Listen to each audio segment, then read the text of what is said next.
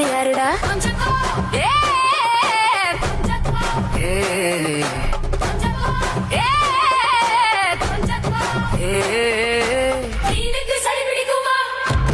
காக்காவுக்கு முடி நரைக்குமா? கடல் தண்ணி தீர்ந்து போகுமா? மலைதான் நகர்ந்து போகுமா?